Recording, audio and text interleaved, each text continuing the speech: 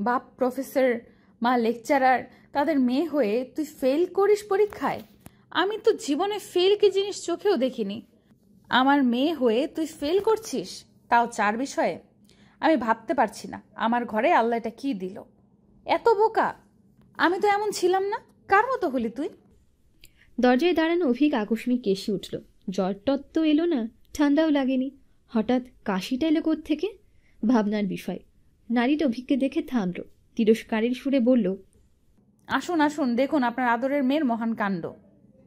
কি করেছে আমার মেয়ে? পরীক্ষার রেজাল্ট দিয়েছে আজ। 4 বিষয় ফেল করেছে তোমার মেয়ে। কি করবো এই মেয়েকে নিয়ে? তাহিয়া রাগের মাত্রা বাড়ছে ক্ষণে ক্ষণে। অভিকের সুন্দর লাগলো দৃশ্যটা, ঠোঁট চেপে হাসল। তারপর মেয়ের পাশে বসে মাথায় হাত বুলিয়ে বলল, তিহা এবার থেকে পড়ায় মনোযোগ দিবে, তাই না মা? ভিতর তিহা বাবাকে জড়িয়ে ধরল, ছোট্ট করে বলল। অভিক তাহিয়ার উদ্দেশ্যে বলল, আমার মেয়ে যখন বলেছে পড়ায় মনোযোগ দিবে তখন দিবে, আর বকো না মেয়েটাকে। তাহিয়া স্বর থেকে রাগমাত্রা কমার বদলে বেড়ে গেল। নতুন উদ্যমে নতুন টপিকে কথা বলা শুরু করলো। বকবো না তোমার মেয়েকে? তোমার মেয়ে শুধু রেজাল্টই খারাপ করেনি, সাথে স্কুল থেকে 1 সপ্তাহের জন্য বহিষ্কারও হয়ে এসেছে।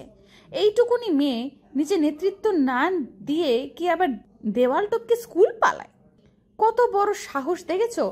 হেডমিস যখন আমাকে ডেকে এবার বলল, লজ্জায় আমার মাথা কেটে গেছে। ছি ছি ছি! একজন লেকচারারের মেয়ে স্কুল পালানোর দোষে বহিষ্কার হয়? কত লজ্জার কথা! অভিক অবাক হয়ে তাকিয়ে আছে মেয়ের দিকে।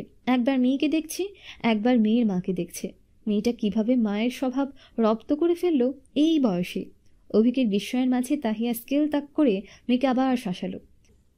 এই মেয়ে, এই লেখাপড়ার সাথে কিসের শত্রুতা তোর? ক্লাস 4-এ পড়িস সবে, দেওয়াল টপকানোর কথা মাথায় আসে কিভাবে? আবার নেতৃত্ব দিলে দলবল নিয়ে বেরোস? কত বড় সাহস! তোর 14 গোষ্ঠীতে কেউ তো এমন ছিল না। তোর বাপ মা এমন ছিল না। তুই কার মতো হয়েছিস? আমি তো পুরো শিক্ষা জীবনে দেওয়াল টপকে স্কুল পালানো তো দূর, স্কুল পালানোর নামও শুনিনি। আমার মেয়ে হয়ে তুই এমন কিভাবে হলি? কে শেখাচ্ছে এসব তোকে? তাহিয়া বলে গেল একের পর এক। অভিক আবার কেশে উঠল। কাশছে তো কাশছেই, থামছেই না। ওর এই শুকনো কাশির বর্ষণে তাহিয়ার বকাঝকা থেমে গেল আকস্মিক। ভ্রুকুচকে তাকালো অভিকের দিকে। অভিক অনবরত কেশে যাচ্ছে, মুখে হাত চেপে কাশছে, হাসছেও বোধহয়। তিহা প্রতিটা মেয়ের মতোই বাবার রাজকন্যা। ওর ভালোবাসাটা মা থেকে বাবার জন্য বেশি। মা বকে ওকে, বাবা বকে না, তাই বাবা সব থেকে পছন্দনীয় ব্যক্তি, টানটাও বেশি। বাবাকে কাশতে দেখে মায়ের বকার ভয় পালালো ওর মাঝে। উদ্বিগ্ন হয়ে বলল,